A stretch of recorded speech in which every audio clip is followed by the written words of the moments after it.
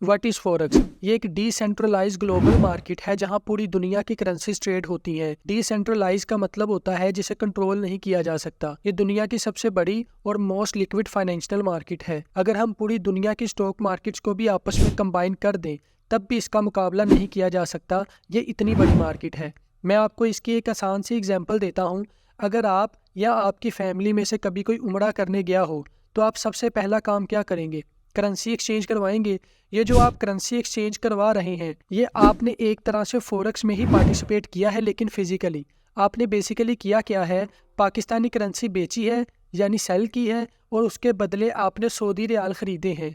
अब 20-22 दिन के बाद जब आप वापस आएंगे तो आपके पास कुछ सऊदी रियाल बचे होंगे। अब आप दोबारा से सऊदी रियाल सेल करोगे और पाकिस्तानी करेंसी बाय करोगे। तो आप नोटिस करिएगा 20-22 दिन पहले जब आपने सऊदी रियाल बाय किए थे और आज जब आप सेल कर रहे हो तो करेंसी के रेट में उसकी प्राइस में चेंज आ चुका होगा। अब ये जो रेट चेंज हुआ है ये रेट चेंज अप साइड पे होगा या डाउन साइड पे, कौन सी करेंसी स्ट्रांग होगी कौन सी करेंसी वीक होगी। अब ये आपको एक प्रोफेशनल फॉरेक्स ट्रेडर बताता है कि कौन सी करेंसी बाय करनी है और कब करनी है, कब सेल करनी है, कितनी क्वांटिटी में करनी है, अगर प्रॉफिट होता है तो कब तक होल्ड करना है और अगर लॉस होता है तो कब एग्जिट करना है।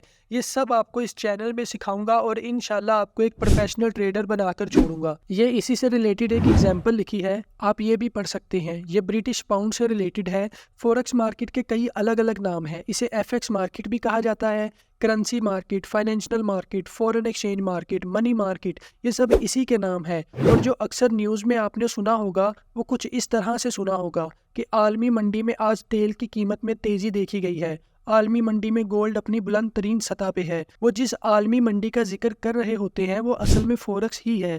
फॉरेक्स का वर्ड ज़्यादा यूज़ इसलिए किया जाता है क्योंकि सबसे ज़्यादा बदनाम यही है। Major currencies. अब मैं आपको फॉरेक्स मार्केट में जो मेजर करेंसीज हैं उनके बारे में बताने वाला हूँ कि कौन सी कंट्रीज़ की करेंसीज मेजर करेंसीज में शुमार होती हैं, जिसमें मैं आपको उस कंट्री का नाम, उसका सिंबल और उस कंट्री की करेंसी कौन सी है उसके निक नेम के बारे में बताऊंगा जो बहुत ही कॉमनली यूज़ होता है।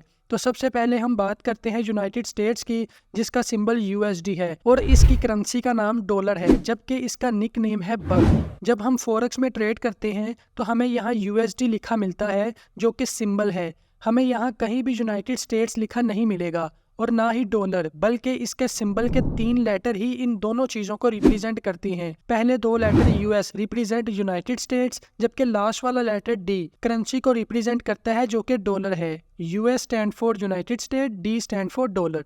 ये पैटर्न यूरो पे अप्लाई नहीं होगा। उसकी रीज़न ये है कि यूरो जोन में बहुत सारी कंट्रीज आती हैं जिनको यूरो जोन मेंबर्स कहा जाता है और यूरो ऑफिशियल करेंसी है मल्टीपल कंट्रीज की जो यूरो जोन का हिस्सा है। Euro represent collective currency of these eurozone members rather than a specific country. तो फॉरेक्स में इसका सिंबल यूरो के तौर पे यूज होता है, जिसमें यूरोजोन के सारे मेंबर्स आ जाएंगे और इनकी करेंसी भी यूरो ही है और ये रहा इसका निक नेम फाइबर।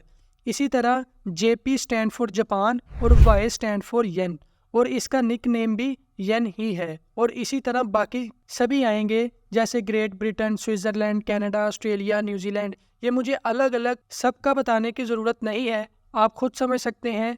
जैसे CA से कनाडा और D से डॉलर। ये सारी करेंसीज को मेजर करेंसीज इसलिए कहा जाता है क्योंकि पूरी दुनिया में जो सबसे ज़्यादा ट्रेड होती है वो इन करेंसीज में होती है। ये मैंने एक एग्जाम्पल बनाई है जो कि न्यूजीलैंड की है। NZD stand for New Zealand, D stand for dollar.